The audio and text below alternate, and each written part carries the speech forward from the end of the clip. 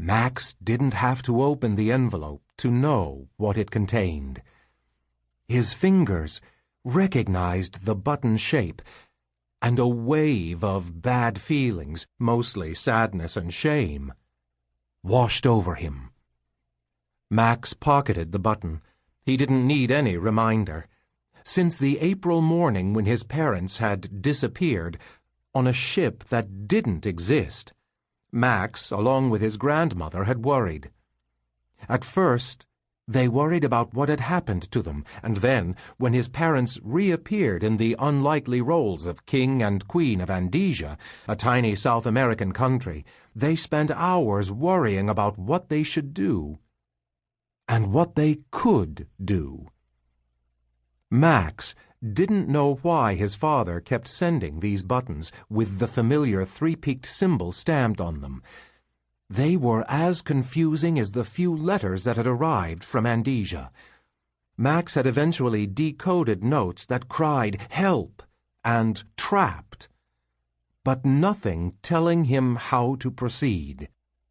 Even when he'd finally figured out the clues leading to a hidden fortune in gold coins, that had only raised more questions. Where had they come from?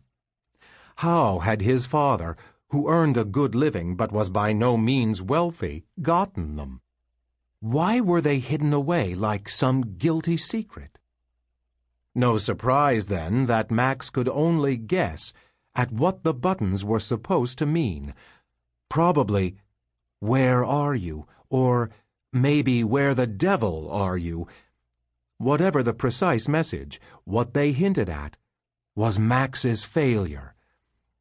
And he was already sorry enough every day that he hadn't yet been able to rescue his parents. It wasn't as if he'd been sitting under a tree sipping lemonade and munching on cookies while he read adventure books. He'd been busy, figuring out how to earn a living and earning it.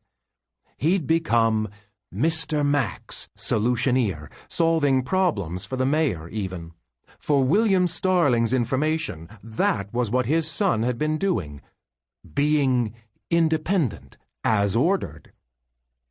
On his way back through the kitchen, Max ripped up the envelope and dropped it into the trash. He didn't plan to tell his grandmother about this one, just as he hadn't told her about the previous two. He poured himself a glass of water and had a surprising and disturbing thought. The envelope had been delivered by hand.